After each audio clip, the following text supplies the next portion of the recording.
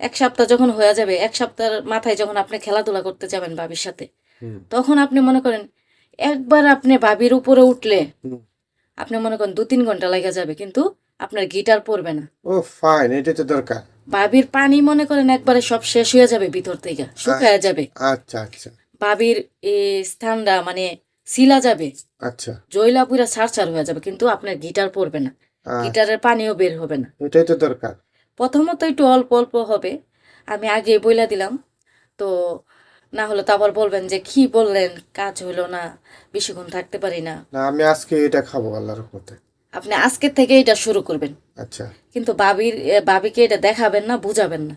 না, আমি বাহিরেতে খাই আর আসবো, হ্যাঁ বিশেষ বুঝবো করে কি করে। পারলে মনে করেন নিজে তো বাইরেতে খাই আসবেন, বাইরে কিন্তু গরুর দুধ বিক্রি করে অনেক দোকানে, চা বানা, ওইখান থেকেও খাই আসতে পারেন, কোনো প্রবলেম নেই। ও আচ্ছা। খায় আইসা মনে করেন দরজা লাগায় ভাবিরে দইরা ফেলবেন, হ্যাঁ হ্যাঁ হ্যাঁ। কপালে যা আছে। হ্যাঁ, একদম গরম করে আর ফেলাবো। বিশেষ করে আপনি যখন বেশিক্ষণ খেলাধুলা করবেন না, তখন ভাবিও মনে করেন আপনাকে বেশি ভালোবাসবে।